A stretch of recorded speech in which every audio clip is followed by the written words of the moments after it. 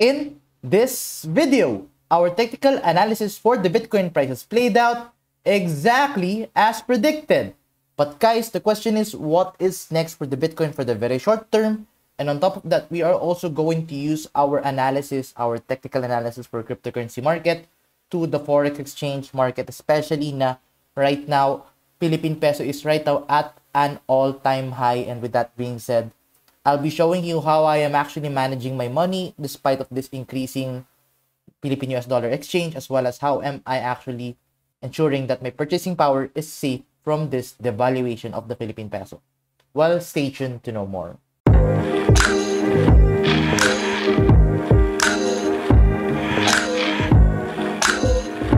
So, hi guys and welcome back to another Gab's cryptocurrency video where we trade by data and not by hype. And if you haven't subscribed to my channel, click the subscribe button down below and hit the notification bell so you won't miss out daily technical analysis like this. So let's dive into this video and let's give you a quick recap of our previous analysis. So diba sa ating previous analysis, what we were monitoring was this bullish divergence forming within the early time frame. So diba sabi ko sa inyo, after that head and shoulders pattern, we started forming a bullish divergence with a target of $21,200 US dollars. And look at it guys, look at this, bullish divergence, and it has met our target exactly as predicted. So congratulations guys if you have traded that. I personally traded that dito sa Bybit platform as well as kay BingX. And after that, look at this, we started going down after hitting our target exactly. And then actually earlier today, nag-post ako ng panibagong signal na nagkaroon tayo na symmetric triangle as well as a bear flag. Kasi look at this, if you're going to look at this within the 15-minute time frame, you can see now we are actually forming that pole. Then we also have a symmetric triangle. And traditionally, you can actually play this following the symmetric triangle, but you can also play this following that bear flag. As you can see, we have a pole. Lagyan natin siya sa possible point of breakout. As you can see, that has now met our target exactly as predicted. So congratulations guys if you have also traded that latest movement.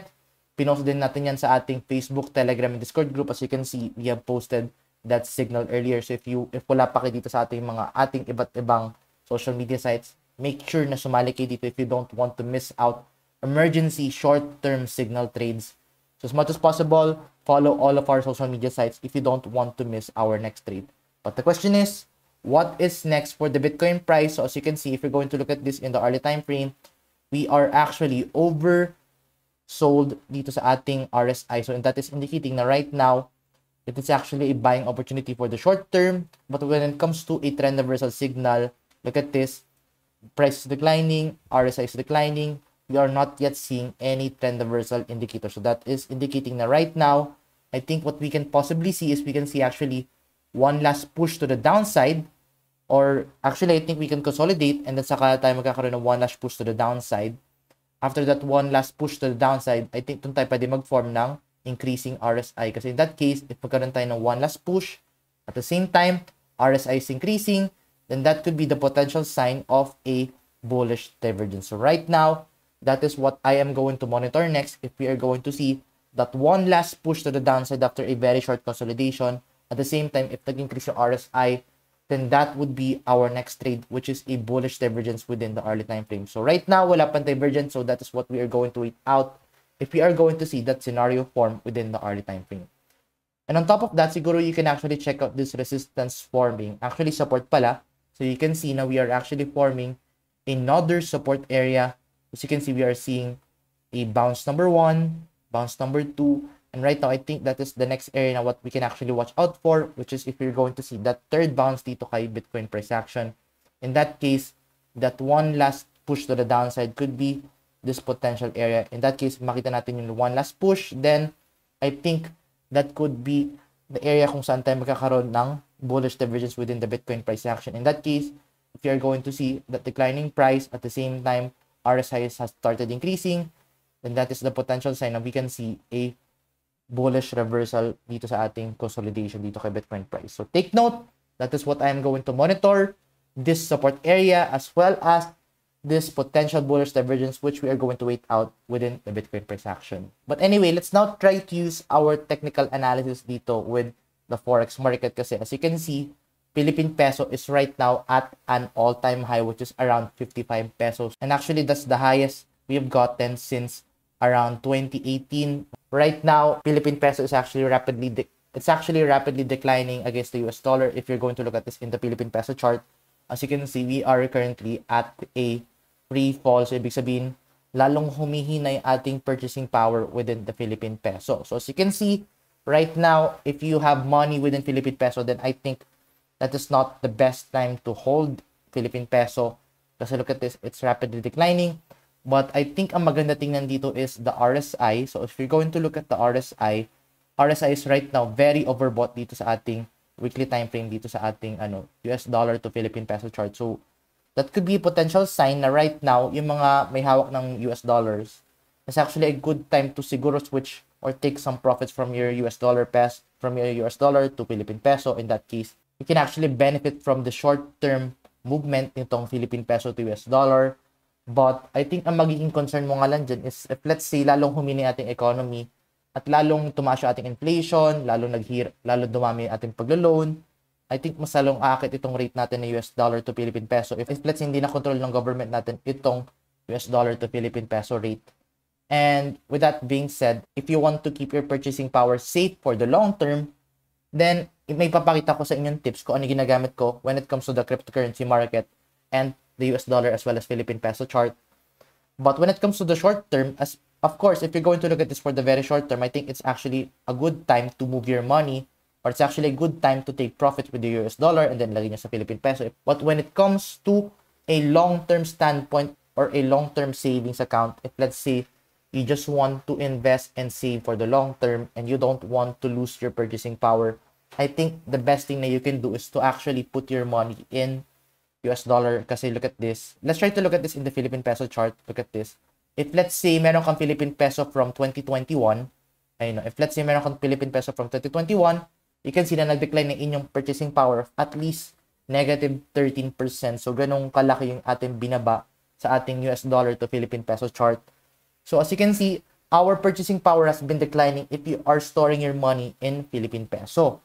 So, that's the case when it comes to the long term. But of course, for the very short term, if let's say you're just going to take advantage itong mga pump and dump price action itong US dollar to Philippine peso chart, then of course, it's actually a good time to take some money off from your US dollar, and then gamitin nyo sa Philippine peso. And then if let's say naging healthy ulit yung ekonomiya ng Pilipinas, then saka ka maglipat from Philippine peso to US dollar chart. But ayun yung general trend when it comes to long-term investment and long-term savings account, I would actually prefer to put my money at a US dollar account instead of a Philippine peso. Kasi look at this. Ever since 2008, you can see na nag-decline ni ating Philippine peso for at least negative 26%. So as you can see, at least 10 years, at least 12 years, ganun kalaki na yung dinecline. Actually, around 14 years na nga, nag-decline yung Philippine peso ng negative 26% as compared to US dollar. So right now, I think if you want to keep your money safe for the long term, I think it's better to put your money outside Philippine peso than ilagay nyo siya sa US dollar. Pero ang problem kasi dito is not all can open a US dollar account. Usually, yung may mga matataas na pera lang pwede maglagay ng US dollar account para mag-open ka dito sa local bank. So in that case, ano ba yung mga pwede mong gawin? Well, of course, one of the best thing na you can do is to actually open a crypto.com account, or hindi lang kay crypto.com, you can actually open any type of crypto platform account. Kasi look at this. Usually kasi sa mga ganitong platform, meron tayong tinatawag na stable coins. Ang stable coin ay isa siyang cryptocurrency na nakatay sa price ng US dollars. So isang example ng stable coin ay USDC, which is a US dollar coin. Isa siyang example ng stable coin. And another is USDT, which is US dollar Tether, which is another cryptocurrency na nakatay sa $1.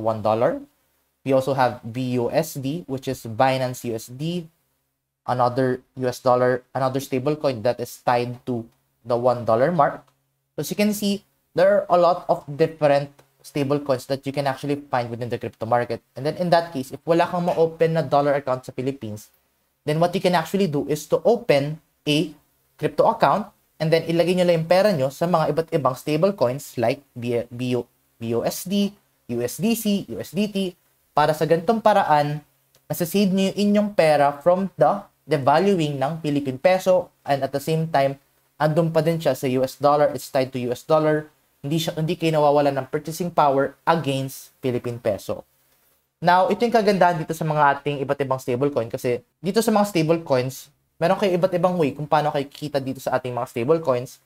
And one of the most popular way is by actually staking your coins. And staking your coins is actually similar to a high interest savings account. So, ang mangyayari dito is ilalagay nyo inyong stablecoin at a crypto platform and then ilalock nyo siya. Then after ilang months na nakastake siya sa crypto platform, makukuha nyo interest upon the end of your term. And ito isang example lang staking dito sa crypto.com. So yung staking kay crypto.com is called Crypto Earn. And as you can see, Crypto Earn is actually a staking product by crypto.com. Kasi look at this. If you are going to stake stable coins, you can actually earn up to 10% interest per annum. So if let's say, meron kang $400 na gusto mong i-stake, ang mangyayari dyan ngayon if let's say is-stake nyo siya for the whole year of 2022, ang mangyayari is makukuha nyong interest is around 10% nito. So let's say, so ano ba yung 10% ng $400? So let's multiply times 0.1, it's around $40. So ibig sabihin nun, if meron kang interest of 10% per annum, by the end of the year, if you are staking for $400 ang inyong magiging total money is around $440. In that case, kumita ka ng $40 by just staking your US dollar account alone dito sa crypto.com. So as you can see, on top of your increasing purchasing power, on top of the devaluation ng Philippine peso na iiwasan nyo siya, pwede pa kayo makakuha ng interest if you're going to stake dito kay crypto.com. And yeah, ganun kadali lang. If you want to learn how to open an account with crypto.com, you can actually check out my other videos that you can actually find in the description down below. But yeah, if you want to start opening an account with crypto.com and if you want to claim up to $50 bonus with crypto.com, just use my sign-up code, which is GabsCrypto, or you can actually find that, guys, in the description down below.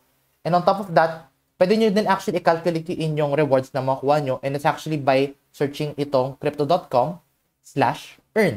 So if you're just going to type in crypto.com/earn, makikita mo itong calculator kung ilang percent ba makuha yung rewards if you're going to stake dito kay crypto.com. So for example, if you're going to stake this certain amount. So let's say, wala kang nakastake na CRO token, which is yung kanilang native token. Pero ang mangyayari is gusto mo mag-stake for at least 3 months and then gusto mo mag-stake of around $400. Ito yung makukuha yung amounts and rewards per annum. Since wala kang CRO na nakastake or konti lang yung stake yung CRO, then ang makuha yung interest is around 6% per annum lang. So in that case, by the end of the year, ang makuha mong interest dito kay crypto.com is around $24. Pero if let's say mag-stake ka ng CRO, you can see na tumataas yung inyong interest rate dito sa ating crypto.com. If let's say sobrang dami inyong CRO token, you can see na yun yung highest na pwede nyo makuhang interest when you are going to stake dito kay crypto.com. So if you want to check out kung magkano yung makuha yung interest, you can actually check out crypto.com/earn. But ayun guys, if you want to start opening an account with crypto.com, just use my sign up link, which you can find in the description down below, or you can actually use my code, which is GabsCrypto. But anyway, ayun muna update natin for the time being. At least nabigyan natin kayo ng idea on how can you save your purchasing power, especially dito sa ating increasing price ng Philippine peso, especially dito sa ating increasing dollar exchange rate ng Philippine peso. At least kahit paano, nakikita nyo kung paano ko ini-integrate yung ating cryptocurrency platforms with our day-to-day currency, which is yung ating Philippine peso. But anyway, ayun muna update natin for the time being. If you find this video useful and informative, please give this video a like, and I'll see you guys in the next video. Bye-bye for now.